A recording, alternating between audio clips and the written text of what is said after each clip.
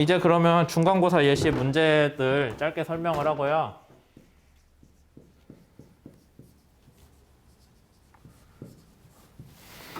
설명을 할게요. 다시 얘기하지만은 사이버 캠퍼스에 문제 올라가 있으니까 그거를 보시면서 같이 하는 게 제일 맞겠죠? 제가 칠판에 쓰는 것만 보고 끄덕끄덕 할 건 아닌 것 같아요. 1번 문제는 IMO 조종 성능 시험입니다. IMO 기준이에요. 예. IMO에서는 배가 어떤 상황에 놓였을 때 어떻게 거동을 하면 된다, 거동을 해야 된다라는 그 값만 지정을 했어요. 그러니까 그 처음에 제가 수업했을 때 뭐 ABS 기준 있었죠. 그거는 ABS에서 추가적으로 내는 거고 그냥 딱 기본 최소 학력만 맞추면 돼요. 선박 조정은 원래는. 그래서 조종 성능 기준에 대해서 뭐 설명을 하라고 했는데 A번 뭐라고 돼 있어요? 방향타 조작. 왜냐하면 실제 배는 조종하면서 움직일 게 방향타밖에 없거든요. 방향타 말고 뭐가 있겠어? 뭐 프로펠러 회전수? 근데 애초에 IMO에서 뭐라고 해요? 프로펠러 회전수는 원래 배가 일반적인 설계 속도 영역 근처에서 하라고 돼 있잖아요. 그러니까 프로펠러 회전수는 손댈 수도 없고 방향타를 손을 대는데 배가 앞으로 갈 때 뒤가 방향타죠. 그리고 그 월요일 날 수업에서 얘기했는데 혹시 까먹었거나 안 보셨을까봐 방향타가 움직이는 각도를 어디를 플러스로 할지도 중요해요. 어디를 플러스로 놓냐가. 근데 거기에 대해서 두 가지 방법이 있는데 하나는 좌표계를 충실히 따라가는 거고요.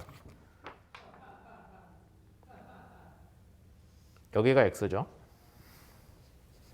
X, Y. 위에서 봤어요. 그럼 Z 방향은 아래로 들어가는 방향이고 그때 플러스 Z 방향 선회는 물체 고정 좌표계에서 배가 시계 방향으로 도는 거겠죠. 러더를 기준으로 봅시다. 러더를 기준으로 봤을 때 러더가 플러스 방향으로 돈다고 하면은 여기를 축이잖아요. 러더 축. 그럼 러더가 플러스 방향으로 돌면은 플러스 Z로 돌면 이쪽으로 돌겠죠. 일로 가는 거를 플러스 델타로 놓을 수도 있어요. 사람에 따라서.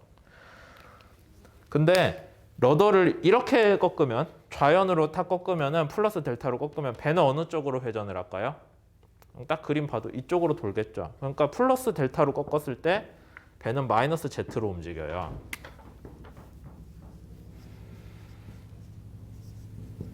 그렇죠? 우리가 플러스 델타를 이렇게 정의한다면 의 얘기예요. 플러스 델타를 이렇게 정의한다면 델타랑 Z랑 서로 반대 방향으로 가니까 많은 논문들에서는 얘를 거꾸로 정의를 합니다. 이쪽을 플러스 델타로 놓는 논문들이 꽤 있어요. 찾아보면. 우리가 수업에서 들고 왔던 자료실에 있는 논문들 중에 어떤 거는 얘가 플러스 델타고 어떤 건 제가 플러스 델타예요. 이렇게 하는 경우들이 있기 때문에 여러분들이 혼동을 안 해야겠죠. 그래서 이런 경향이 있기 때문에 아예 플러스 델타를 반대로 정의하는 경우들이 있다라는 거 얘기를 하고요. 그 정도면 됐지?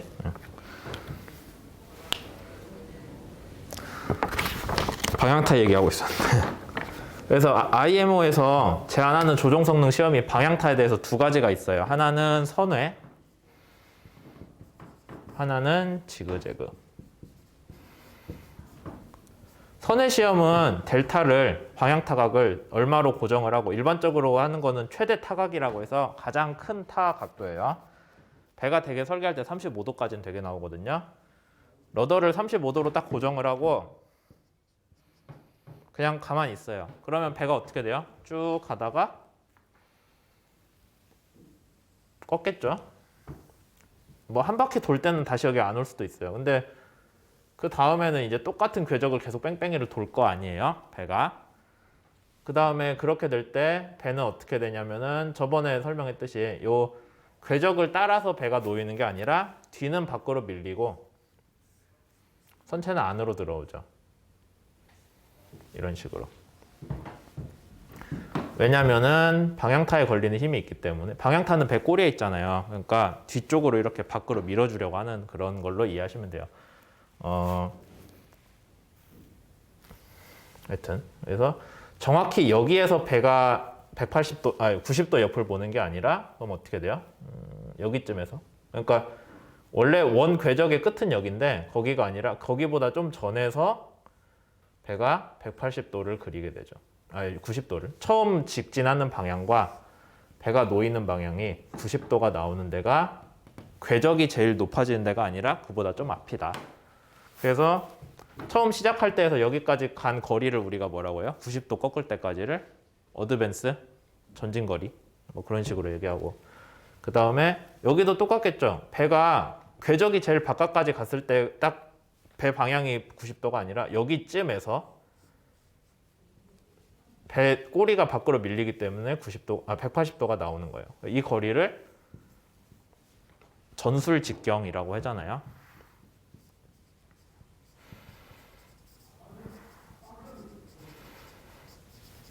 전술직경. 뭐 그런 것들이 있습니다. 얘가 이제 크면은 배가 선회를 크게 한다는 거니까 조종 성능이 안 좋다는 뜻이죠, 당연히. 그래서 얘가 배 길이의 몇 배 이하여야 된다라는 기준이 IMO에 있는데 그 숫자까지 뭐 기억하면 좋으니까 기억해 두세요. 뭐 어려운 숫자도 아니잖아. 이거 뭐 4, 5 그 정도잖아. 하여튼 그런 게 있고, 그 다음에 지그재그는 어떻게 해요? 델타가 우리가 뭐 10, 10이다 아니면은 20, 20다 라고 하면은 처음에는 여기서 할게요. 처음에 배가 열심히 가다가 각도를 팍 하고 꺾어요. 이쪽을 꺾으면 절로 가지. 러더를 반대로 팡 하고 꺾습니다. 실제 배의 러더는 1초에 3.5도씩 도는 게 일반적이거든요. 기준이 있어요. 최소 얼마 이상의 속도로 가라. 근데 하여튼 러더를 최대한 꺾으려면 10초 이상 걸려요. 러더가. 이 러더 자체가 되게 크니까 여러분들 그냥 집에서 손바닥 팔락거리는 그런 수준이 아니라 막 몇 미터짜리잖아. 그럼 걔가 이렇게 돌아가니까 바로는 못해요. 하여튼 그렇게 됐을 때 얘가 팍 꺾으면 어떻게 될까요? 배가 처음은 선회랑 비슷하게 가겠죠. 20도 꺾었다고 하게. 20도를 꺾었을 때 원래 직진 방향이 있고요. 그 다음에 배가 어떤 특정한 순간에 여기까지 왔다고 칩시다. 알지? 궤적보다는 뱃머리가 좀 더 안으로 들어간다고 항상 그랬잖아요. 얘도 똑같아요. 어떤 특정한 시간에 뱃머리가 안으로 이렇게 밀려 있고 요 각도가 몇 도가 될 때? 처음 러더를 꺾은 20도랑 같을 때, 같아지면이에요. 같을 것 같은 때가 아니라 같아지면은 그때 방향타를 반대로 탁 돌립니다. 근데 아까 얘기했죠. 방향타 바로 바뀌어요. 몇 초 걸린댔잖아요. 그럼 좀 더 가서 방향타가 꺾이는 거죠. 이런 식으로. 방향타를 꺾으면은 또 얘가 바로 방향이 바뀌어요. 관성이 크잖아요, 배는. 그러니까 좀 더 가다가 다시 이렇게 돌아요. 좀 상당히 극단적으로 그렸는데. 이해되죠? 갔다가 좀 더 꺾어요. 그러면은 배가 보는 각도가 최대 뭐 어디까지 갈 거 아니에요. 러더 반대 20도 꺾었어도 지 관성 때문에 쭉 가는 각도가 있을 거잖아요. 20도보다 더 커지는 각이겠죠, 그게. 20도보다 더 가는 각도. 그걸 우리가 오버슛이라고 하고요. 오버슛. 그래서 IMO 기준에서는 오버슛의 크기가 얼마 이하여야 된다. 배의 속도에 따라서. 뭐 그런 것들 얘기가 있죠. 그 다음에 한번 이렇게 오버슛 나가지고 다시 정신 차리고 원래 각도로 쭉 오고 있다가 이쪽 좀 왔어요. 지금 러더는 이쪽으로 틀어져 있죠. 그랬을 때 여기 각도가 원래 얘하고 이거 평행 이동하면은 원래 직진 방향하고 새로 가고 있는 각도가 또 20도가 되면 어떻게 해요? 방향타를 반대로 열심히 꺾어요. 근데 역시나 관성도 있고 방향타도 늦게 틀리고 하니까 좀 더 가가지고 방향타를 반대로 꺾죠. 그 다음에 관성이 있으니까 좀 더 밀리다가 이렇게 갑니다. 그럼 여기에서도 우리가 20도보다 배가 최대로 꺾인 각도를 비교하면은 걔가 두 번째 오버슛이 되죠. 얘는 첫 번째, 얘는 두 번째. 그래서 IMO에서 뭐를 본다? 오버슛의 크기를 본다. 그 조종 성능 기준을 그래서 방향타 조작 절차에 집중하라고 하면 선행 시험에서는 일정한 방향타 각도로 돈다. 근데 지그재그는 좀 복잡하죠. 어떻게 해요? 방향타 각도가 선수각이 바뀐 게 방향타각이랑 같아지면은 반대로 방향타를 바꾼다라는 내용이 꼭 들어가야 되는 거예요. 비번까지 같이 설명했네. 조종 성능과 관련해서 평가 항목 하나는 얘가 얼마나 쉽게 뱃머리가 돌아서 유지되냐.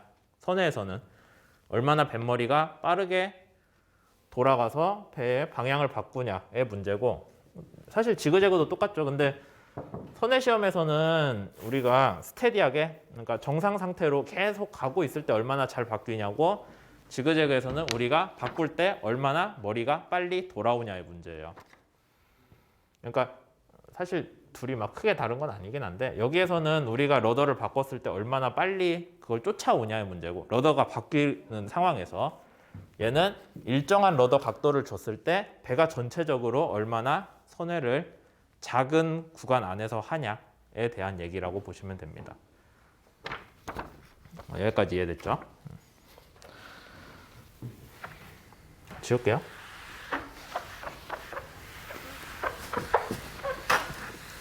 물론 우리가 IMO에서 제안하는 시험은 이거 두 개예요. 선회 시험하고 지그재그 시험하고. 그 다음에 뭐 추가로 저기 나선 시험이라거나 정지 시험 그런 건 있는데, 그거는 이제 방향타랑, 아니, 나선 시험은 방향타랑 상관이 있는데 우리가 안 했으니까 스파이럴 테스트는 그냥 그거는 신경 안 쓰셔도 되고, 이제 이런 식의 그냥 조종 운동 시험 자체는 IMO에서 얘기하는 거고 그것만 넘기면 되긴 하는데, 이제 그놈의 자율운항 선박이 되면은 선박 조종을 할 때 컴퓨터가 내가 러더를 몇 도 틀면은 배가 어떻게 움직이겠거니 하는 걸 예상을 해야 되잖아요. 옛날엔 그런 걸 안 해도 됐거든요. 근데 이제는 해야 되는 상황이 돼서 그런 부분에 대한 제어 목적으로 이제 선박 조종 모델링이 더 많이 쓰이게 되는 거죠. 옛날에는 그냥 배 설계할 때 IMO 기준 맞추는지만 알아봐 였는데, 요새는 그게 아니라 자율운항에서 자기가 직접 항로를 정해야 되잖아요. 요것 때문에 동력학 모델링이 더 중요해지는 거죠. 어쨌든 1번 얘기 끝났고요. 2번은 좌표계 문제입니다. 좌표계는 사실 되게 복잡한데 중요한 부분이에요. 우리가 좌표계 크게 두 개 쓰죠. 지구 고정, 그 다음에 물체 고정.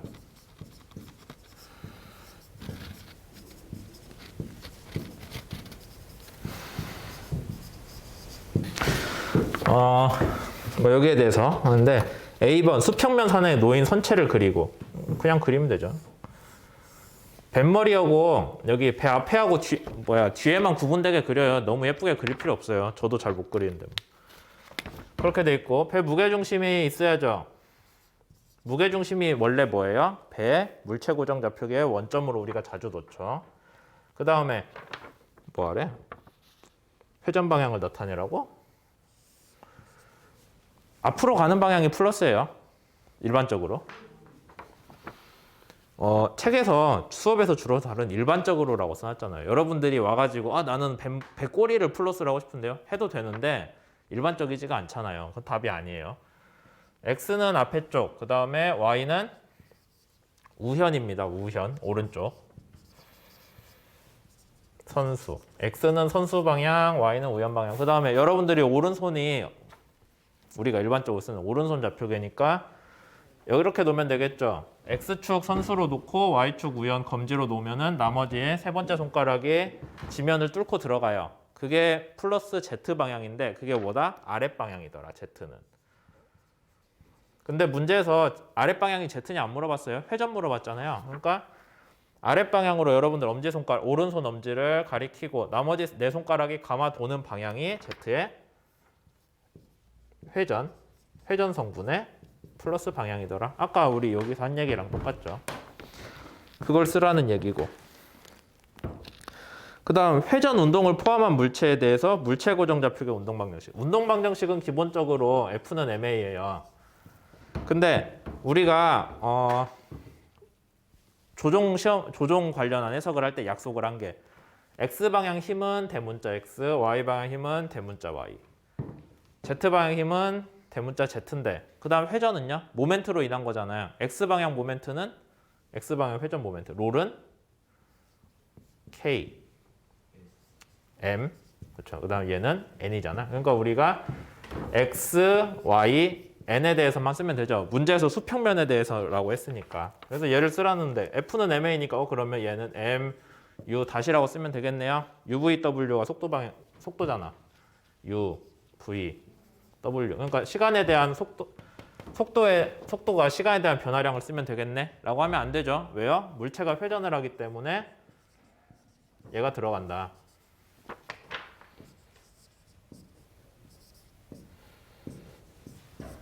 요 항중에서 X방향 성분이 들어간다는 거예요. 맞지?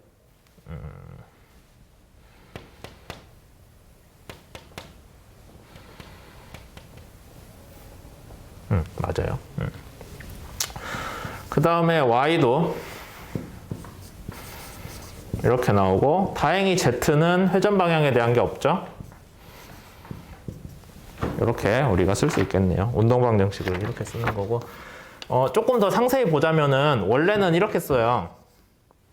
모든 방향 힘의 합은 M 그 다음에 여기서 쓰는 U는 그냥 그거요. 전체 속도 벡터의 시간 변화율 더하기 배가 갖는 각속도 크로스 프로덕트 배의 속도거든요. 원래 이렇게 쓰는데 U 닷은 각각 세 가지 속도 성분으로 나오죠. X 방향 속도의 시간 변화율, Y 방향, Z 방향의 시간 변화율이 되고 얘는 뭐예요? 이거 계산할 수 있어요?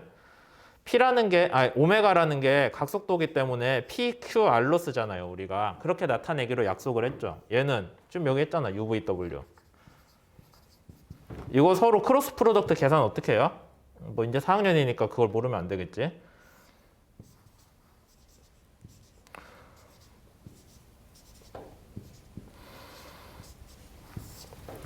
이 방향으로 해서 플러스, 이 방향으로 해서 마이너스 하는 식으로 계산을 하잖아요. 근데 우리가 수평면을 다루고 있기 때문에 W가 0이 돼요.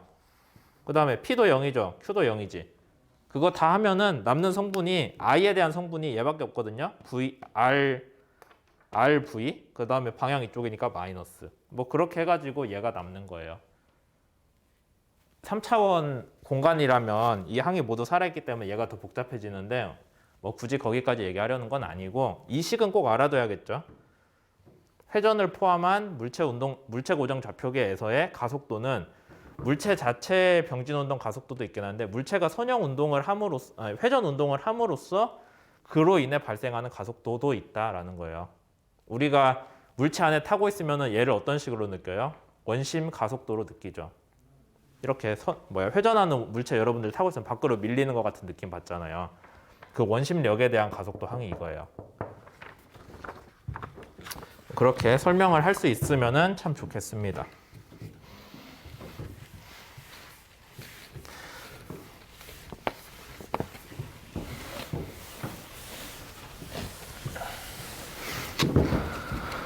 그 다음에 3번 문제는 물체 고정 좌표계, 지구 고정 좌표계 변환 문제인데 병진 운동 자체는 아무 어려움이 없어요. 지금 계속 하는 얘기지만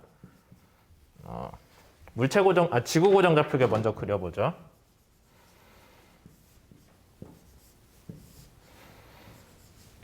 지구 고정 좌표계가 있는데 여러분이 배를 몰고 와가지고 여기쯤에 물체 고정 좌표계가 있어요.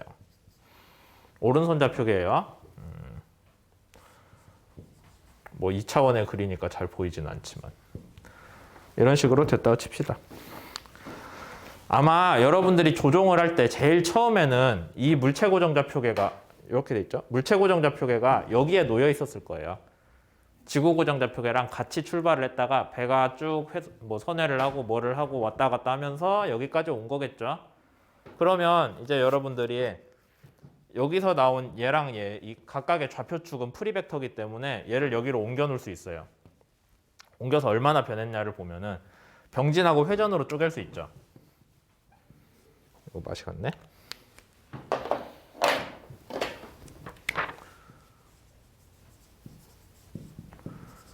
병진하고 회전 운동으로 쪼갤 수 있는데 병진 운동은 그냥 O에서 O로 간 거잖아요. 대문자 O에서 소문자 O. 그러니까 이건 아무 어려움이 없어요. 여러분들이 그걸 갖고 고민할 필요 없는데 회전 운동은 어떻게 됐어요? 원래 오메가랑 아니 원래 뭐야 크사이랑 같아야 되는데 크사이랑 같아야 되는 애가 X로 왔네요. 에타로 간 애가 Y로 갔네요. 마지막으로 제타로 간 애가 Z로 갔죠. 이런 식이 된단 말이에요. 뭔가 회전을 하긴 했죠. 회전을 했으니까 얘가 이렇게 서로 가긴 갔는데 그거를 어떤 식으로 회전을 했냐를 우리가 표현을 하는 방법이 오일러 각이다.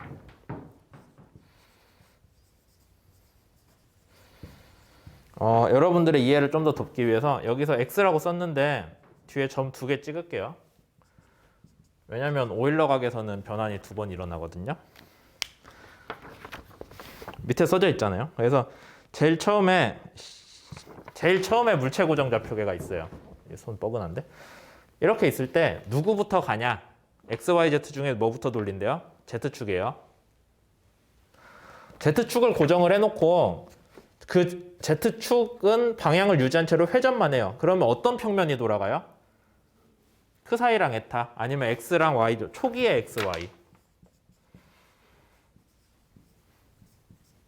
처음에는 X, Y, Z가 크사이, 에타, 제타랑 같이 놓여 있으니까 얘가 처음에 여러분이 나는 Z축을 중심으로 좌표계를 회전을 할 거야. 한 번 회전하고 그 다음에 바뀐 Y축을 중심으로 한 번 더 회전을 하고 바뀐 X축을 중심으로 한 번 더 회전을 하면은 최종적으로 바뀐 좌표계가 나오게끔 한다라는 게 오일러 앵글이에요. 그래서 오일러 앵글은 처음에 뭐부터 하냐? Z축을 중심으로 회전을 합니다. 그러니까 Z축을 중심으로 회전하면은 바뀌는 건 누구예요? X하고 Y가 X 프라임, Y 프라임으로 바뀌죠. 그 Z에 바뀌는 각도는 우리가 푸사이라고 하는 거고. 그래서 처음에 Z축을 고정을 해놓고 걔를 Z축이 푸사이만큼 회전한다면은 이렇게 나오는 거죠. 원래 X, Y라는 축이 지구 고정 좌표계랑 똑같이 있어야 되는데 Z축 중심으로 크사이만큼 회전을 하면서 얘가 이렇게 돌아가니까 X 프라임, Y 프라임이 나와요. 그 다음 순서는 뭐예요? Y 프라임에 대해서 회전을 하죠. Y 프라임에 대해 회전을 하면은 지금 어떤 평면이 돌아가는 거예요? Y 프라임 축, 새로운 Y 프라임 축을 중심으로 회전을 하기 때문에 X 프라임하고 Z가 바뀝니다. X는 한 번 바뀌었으니까 또 바뀌는 거죠. 2번 찍어주는 거고 Z는 이제 처음 바뀌었네요. 그 각도를 뭐라고 한다? 피치. 빨간색이네.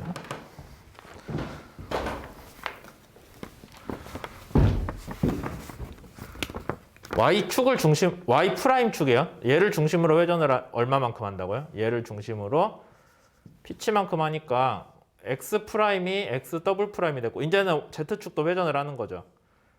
그러니까 X 프라임이 X 더블 프라임으로 가고 Z는 Z 프라임으로 가는 거예요. 그리고 제일 마지막으로 어떻게 간다? X 더블 프라임 축에 대해서 회전을 하면은 누구누구가 바뀌어요, 이제?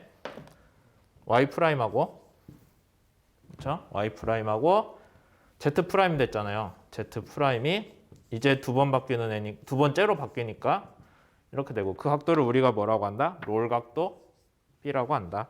라고 돼 있죠. X축을 중심으로 마지막으로 회전을 한다는 거죠. 그림이 영 지저분하긴 한데 어쩔 수 없어요. 2차원에다가 3차원 그리고 있으니까. 얘를 P만큼 회전을 하면은 Z 프라임 축은 Z 더블 프라임이 되고 Y 프라임도 Y 더블 프라임이 되겠다 라는 거죠.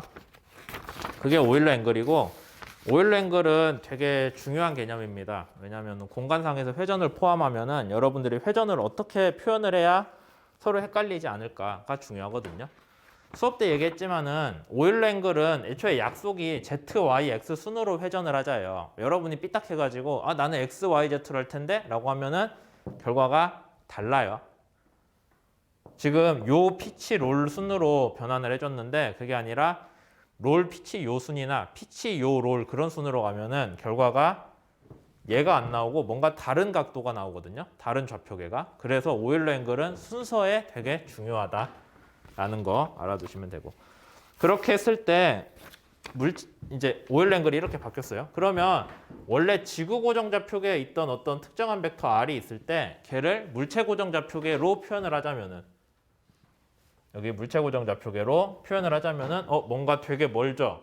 근데 병진 운동 빼고 생각하면은 그냥 회전 운동에 대해서만 지구 고정좌표계 R을 물체 고정좌표계의 로로 표현을 해주겠다는 거예요. 그러니까 이런 식으로 지구 고정좌표계가 있었으면은 거기에서 어떤 벡터 하나 찍을 수 있죠. R. 근데 그게 아니라 우리는 물체 고정좌표계를 회전만 해가지고 오일랭글 따라서 회전만 해줘가지고 뭐 이런 식의 좌표계가 있는데 같은 위치예요. 지구 고정좌표계 상의 위치는 안 바뀌었는데 물체 고정좌표계에서 얘를 표현을 해주면은 값이 뭐가 돼요? 크기는 같겠지만은 구성하는 좌표 축의 방향들이 다르기 때문에 나타나는 표현형은 다르겠죠. 그게 어떻게 서로 왔다 갔다 하냐라는 게 변환 매트릭스인데 이렇게 됩니다. 얘는 지구 고정 좌표계니까 크사이 에타 제타로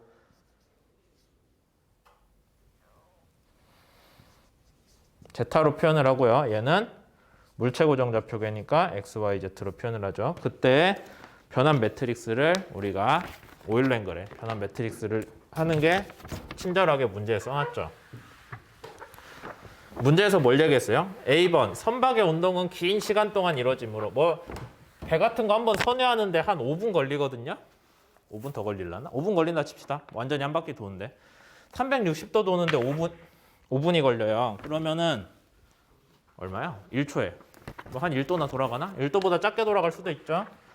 그러니까 걔가 변환 각이 크지가 않아요. 뭐 비행기 같으면은 이게 각도가 크다고 하겠는데 배는 각도가 안 커요. 그래서 변환 매트릭스에서 각 속도는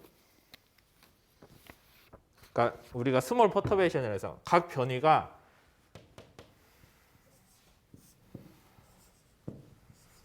요 피치 롤이 물론 막 1시간씩 놓고 보면 배가 한 바퀴 돌면은 요가 0에서 360도 가니까 크게 변했죠. 근데 매 시간을 놓고 보자면은 별로 안 변하는 거예요. 여러분들이 저기 배 선회하는 거 보고 있다가 잠깐 한눈 팔고야 와서 봐도 별로 안 돌았네? 그런단 말이에요.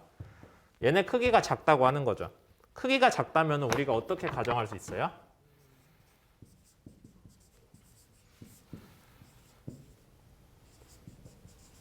그 변환 매트릭스에 있는 사인 항들이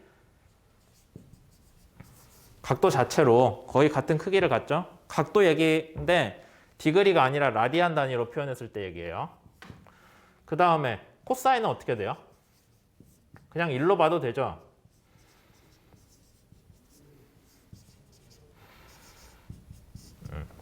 그걸 이용해가지고 여기 있는 변환식을 구하면 되고요. 근데 그렇게 했을 때 이제 여러분들이 아셔야 되는 게 얘가 크기가 작다고 했잖아요. 뭐 1보다 많이 작아. 1보다 많이 작아요. 그러면은 만약에 두 개의 사인 값이 곱해져 있는 항이 있다고 하면 여기 변환 행렬에 그런 거 있죠. 얘는 요거 곱하기 얘로 바뀌고요. 근데 둘 다 1보다 많이 작잖아. 그럼 걔를 둘이 곱하면 뭐예요? 정말 작겠죠. 그래서 무시. 그냥 사인만 딸랑 있으면은 얘는 우리가 봐줄 수 있어요. 0으로 무시를 안 한단 말이야. 근데 안 그래도 작은 애가 더 작은 애랑 곱했으니까 얘는 무시해도 되겠죠. 그렇게 해가지고 풀어주면은 식이 뭐가 나와요? t를 간소화하면은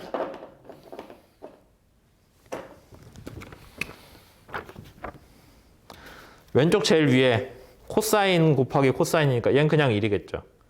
밑에는 사인이랑 코사인 곱했으니까 코사인은 1이라고 하면은 푸사인 남고 얘는 뭐 마이너스 세타 이런 식으로 간다는 거예요. 두 번째는 어떻게 나와요? 코사인, 사인, 사인이니까 사인 곱하면은 0에 가까우니까 0이에요. 코사인이 있든 말든 마이너스 사인 코사인이니까 마이너스 푸사이 뭐 이런 식이죠. 그 다음에 얘는 그냥 1인가? 그런 것 같은데 코사인, 사인 이거 맞나?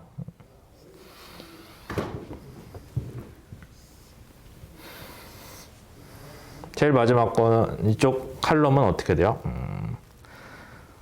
뒤에는 0이고 1 세타. 그 다음에 얘는 0이고 마이너스 p. 제일 마지막으로 코사인 코사인이니까 1. 뭐 이런 식으로 나올 거란 거죠. 이거 맞나? 한번 책에 있는 거랑 비교해봐요. 제가 그냥 막 했는데 비슷하긴 할 건데 정확히 맞는지는 확인해 보세요.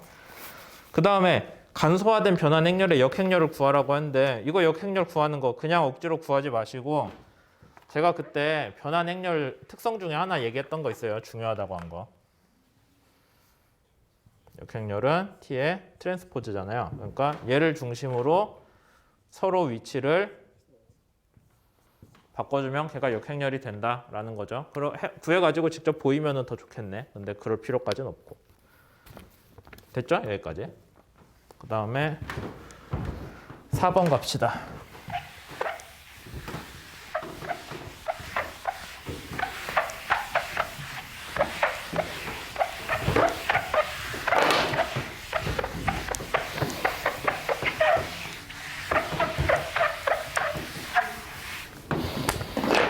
사번 문제에서는 부가질량 문제를 얘기했어요. 근데 우리가 부가질량 어떻게 얘기했어요? 가속도가 있을 때 거기에 비례하는 뭔가 힘이 있다고 치면은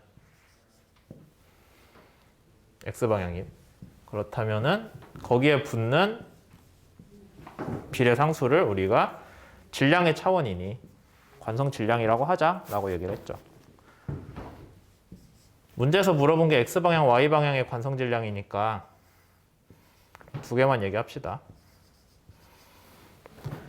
우리가 관성 질량을 어떤 관성 질량, 부가 질량을 어떤 관점에서 표현을 한다고 했어요? 배가 일정한 속도로 유선을 그리면 유선 속에서 움직이고 있을 때 배가 이렇게 있어요. 여기가 물체 고정 좌표계야. 이렇게 있을 때 순간적으로 배가 가속을 했어요. 물체 고정 좌표계의 원점도 따라가요? 무게 중심에 고정돼 있다고 보고? 그렇지는 않아요. 물체 고정 좌표계는 지금 이 순간에는 기본적으로 배가 원래 움직이는 속도 u로만 같이 움직여요. 근데 배의 속도가 u 더하기 가속도 u 닷 곱하기 뭐 델타 t일 거 아니야. 이만큼 가속이 됐으면은 어떤 일이 벌어지냐? 좌표계는 그대로 있는데 배만 튀어나간 꼴이 돼요. 배만 이렇게 앞으로 튀어나왔다고 칩시다. 배가 가속을 했으니까 물체 고정 좌표계는 원래의 배의 속도와 같이 움직이지 배가 가속했다고 해서 바로 따라가는 거 아니에요. 원래 지 속도대로 가고 있어요. 배 속도 이만큼이야 알려준 대로 가는데 갑자기 배가 급발진을 한 거죠. 그렇게 됐을 때 어떤 문제가 벌어져요? 유선이 생긴 게 바뀌죠. 원래는 여기쯤까지 밀려오던 애가 앞으로 밀리기도 하고 유선들이 원래는 여기쯤 있던 애였는데 앞으로 밀렸죠. 그 다음에 원래는 뒤쪽으로 이렇게 뽑히던 이거 유선 그대로 왔어야 되는데 지금 배가 가속을 하면서 유선이 이쪽에 따라 붙어줘야 돼요. 그래서 배가 가속을 하면 어떻게 된다? 주위에 유체 입자들을 가속을 시켜준다. 뭐 반대 방향으로 가속을 해줘야 돼서 일종의 가속에 대한 반대 방향으로 둘러싼 유체들을 옮겨주는 그 질량의 양이 부가 질량이다. 따라서 배든 비행기든 진공 중에서 움직일 때는 부가 질량을 계산할 이유가 없어요. 주위에 둘러싼 유체가 없으니까. 근데 물이다, 공기다, 아니면 무거운 수은이다. 그러면은 주위에 부가 질량이 커질 수밖에 없겠죠. 근데 문제에서 뭐 물어봤어요? mx, mi 중에 누가 더 크냐요? 상식적으로 같은 가속도일 때 얘가 이렇게 갈 때가 더 커요. 부가 질량이 크겠어요? 아니면 얘가 이렇게 움직일 때가 부가 질량이 더 크겠어요? 얘가 지금 y 방향으로 움직일 때잖아.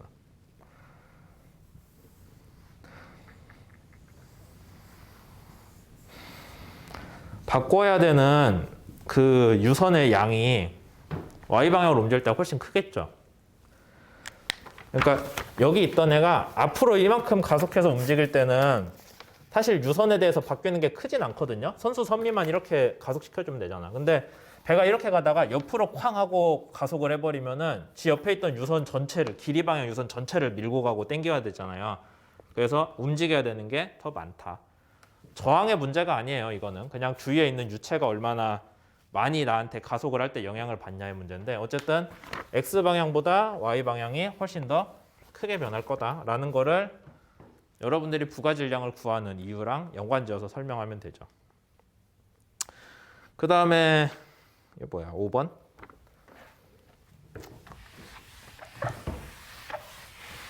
(5번은) 부호에 대한 문제거든요.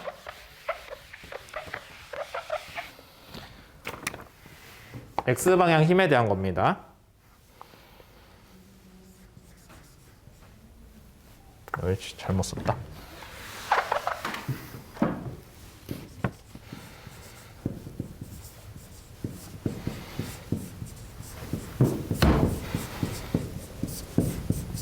이렇게 써놨는데 여기 성분 중에서 배속도가 감소할수록 크기가 증가하는 게 뭐가 있네요. 뭐가 있을까요? 추진기는 원래 추진기 단독 섞는 곡선 이렇게 나오고요. J가 ND분의 V잖아요. 여기선 U라고 써야겠지? 배속도니까. ND분의 U잖아요. 근데 원래 곡선 이 모양으로 나오잖아요. 그래서 속도가 감소하면은 추진기 날개가 받는 받음각이 커지면서 더 큰 추력을 내요. 그래서 얘죠. 왜 그러냐고요? 추진기 단독 성능 자체가 들어오는 유입류가 약해질수록 더 큰 추력을 내기 때문에 그렇게 되어 있습니다. 나머지 둘은 배속도가 줄어들면은 값이 줄어들어요. 헐에 걸리는 힘은 뭐 증가할 이유가 있나? 다 그냥 감소하겠지. 기본적으로 얘가 무차원화가 이렇게 돼 있잖아요.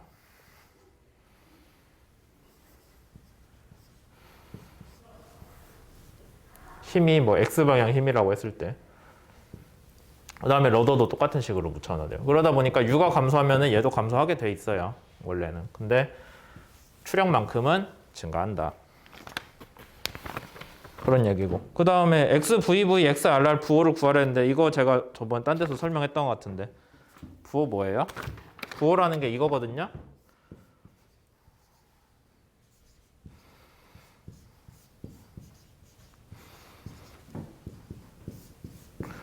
XH 중에 일부는 XVV, XRR 해가지고 거기에다가 실제 변수의 제곱을 곱해준다는 거잖아요. 여기가 VV니까.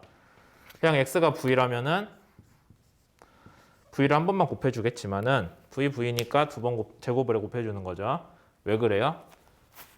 이 문제는 좌우대칭이기 때문에 배가 좌우대칭이기 때문에 X방향 힘에 대해서는 V가 플러스건 마이너스건 상관없이 똑같이 저항만 커져요. 그러니까 배가 이렇게 갈 때나 이렇게 갈 때랑 비교해 보면은 배가 이런 식으로 갈 때, 이런 식으로 갈 때 배가 받는 저항이 증가하는 거고, 그다음에 이렇게 갈 때보다 배가 이렇게 갈 때 배가 받는 저항이 더 증가하는 거예요. 그냥 쓸데없이 직진을 안 하고 있으니까. 그래서 얘네들은 항상 운동이 발생하면은 저항이 커지는 거예요. 근데 저항은 X, Y 방향, X 플러스 X 마이너스 Y 중에 어떤 방향으로 가해져요? 저항은 마이너스 X겠죠. 왜냐하면 배가 가는 반대 방향으로 가해지는 게 저항이니까. 그래서 우리가 이해를 하기로는 얘도 마이너스, 얘도 마이너스로 밖에 작용을 안 하겠구나.